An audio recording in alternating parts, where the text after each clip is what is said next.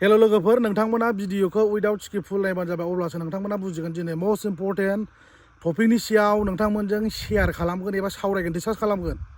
प्रमद बर' बिथाङा बर' रायजो राजाफोरखौ 15 इयार्स बड'लेण्ड सेपारेट स्टेट मोनगोन एबा जासिगोन मोनसिगोन होननानै थगायबोदों। नाथाय प्रमद बर'आ बर' रायजो राजानि जि सिमां जि मिजिं दंमोन बेखौ दंस' खालामबाय रायजो राजाफोर। बिटिसि आरो बिटिआरनि फारागथिया मा जोंनि रायजो राजाफ्रा दिनैसिमबो स्टाडि खालामनानै नायाखै बुजियाखै। What is BTC what is BTR बिनि फारागथि एबा डिफारेन्सआ मा नोंथांमोना थाबैनो फरायदो स्टाडि खालामदो सम गैला।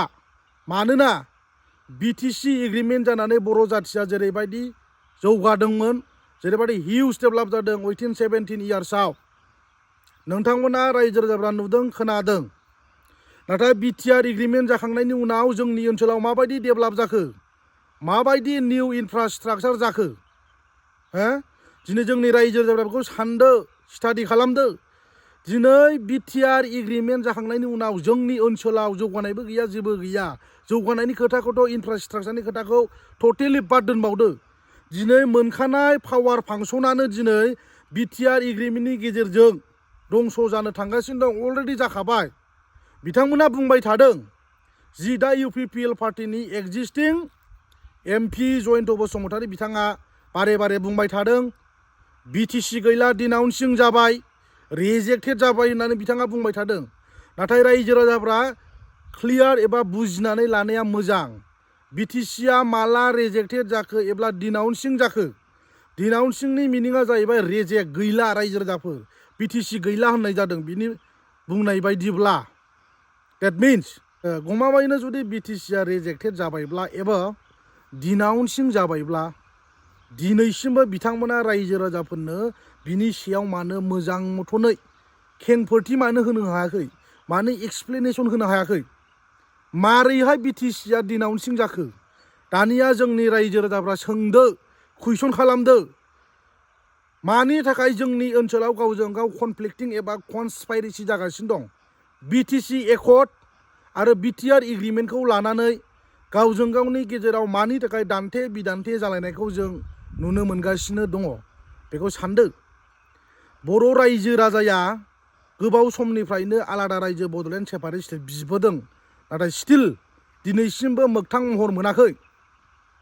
नाथाय जों नुबाय प्रमद बर'नि जि बिटिआर एग्रिमेन्ट खालामनाय बे एग्रिमेन्टनि गेजेरजों बर' जाथिनि गांनाय उखैनाय थांनानै थानायनि थामोनथा आरो रैखाथि आरो अधिकार बर' जाथिनि जि हप्स एन्ड एसपिरेसन बेखौ फुलफिलमेन्ट जाबाय होननानै प्रमद बर'आ बुङो। नाथाय जोंनि ओनसोलाव टिल टुडे खुनु बाव जौगानायबो गैया आरो सान्थिबो गैया खुनु पिस गैया। गावजों गाव सोरांबानो दावराव दावसि बिटिसि आरो बिटिआरनि सायाव माने बखिलायनाय एबा क्रिटिसाइज खालामनायखौ नुदों। बेखौनो आं बुंगोन प्रमद बर' आरो इउपिपिएलनि जयन्त बसुमतारी बिथाङा रायजो राजाफोरनो क्लियार बिटिसि आरो बिटिआरनि सायाव एक्सप्लेनेसन होनांगौ आरो रायजो राजाफ्रा कुइसन खालाम। मोनखानाय जोंनि बिटिसिनि पावार फांसना अलरेडि दंस' जाबाय। जुदि बिटिआर एकर्डआ जुदि इमप्लिमेन्ट जुदि जाजोबोब्ला आरो बिटिसिआ दानजाखांनायनि उनाव बिटिआरआ जुदि इमप्लिमेन्ट जायोब्ला मा परिस्थिति जागोन नोंथांमोना नुनो मोनगोन। ओंखायनो जोंनि रायजो राजाफ्रा दानो बुजिनानै लानाया मोजां बिटिसिआ मोजां ना बिटिआरआ मोजां। रायजो राजाफ्रा बेखौ साननाया मोजां। दिस इज द राइट टाइम।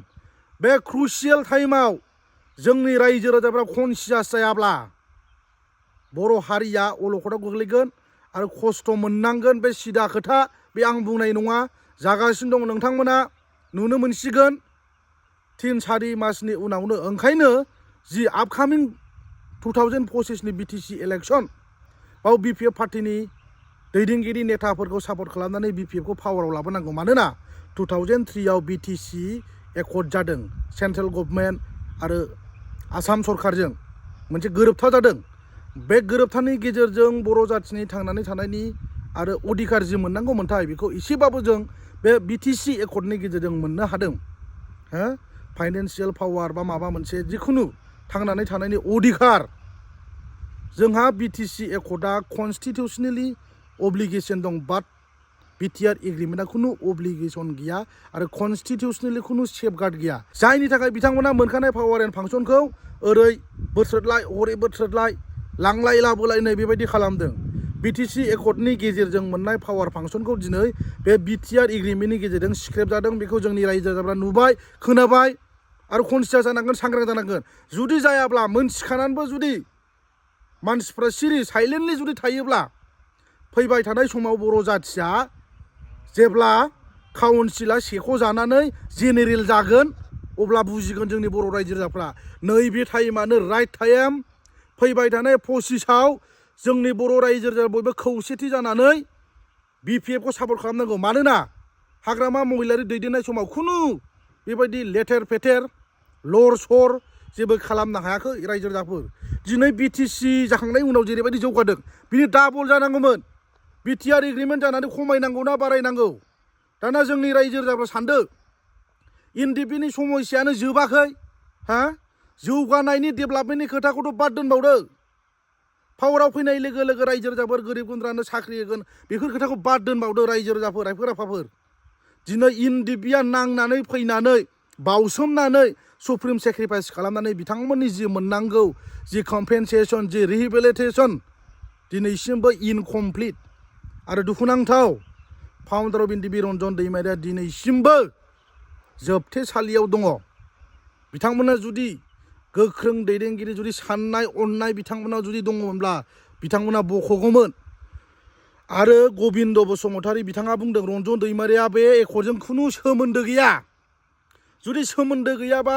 बिथाङा अलरेडि कनभिक्टेडखा जुदि कनभिक्टेडखाब्ला एबा सोमोन्दो गैयाब्ला गवाब्ला जेलनिफ्राय जुदि उदां जायाब्ला जेब्ला बिटिआर एग्रिमेन्ट जादों दिस टाइम बे टाइमाव रन्जन दैमारिखौ मानोथो जेलनिफ्राय बहननानै लांनानै बेलाव लांनानै मानोथो सिगनेचार खालामनो लांखो जुदि हायाब्ला दानिया बिनि फिननायखौ होदो नै दाखालि रायजो राजाफ्रा खोनाबाय फाउन्डार अफ एनडिपि रन्जन दैमारिनि जि बेलनि जि आपिल खालामनाय सुप्रिम कर्टआव फाइनालि बियो रिजेक्टेड जाबाय माब्ला गगोन बिनि खुनु माबा गैया टाइम गैया बुंनो हाया वी केन नट से एबाउट दिस मेटार जों जेबो बुंनो हाया प्रमद बर'आथ' बुंदोंमोन नोंथांमोनाबो खोनादों खुगाजों एमपि बिसायख'थि जोबखांनायनि उनाव जामिनाव बेलाव बख'गोन होननानै रन्जन दैमारिखौ बुंदोंमोन दिनै प्रमद बर'आ बिनि सियाव जेबो इनिसियेटिभ लायाखै जों खोनानो मोनबाय रिजेक्टेडसो जाबाय बाट दिस इज भेरि आनफर्चुनेट दुखुनांथाव ओंखायनो रायजोफ्रा सांग्रां जानांगौ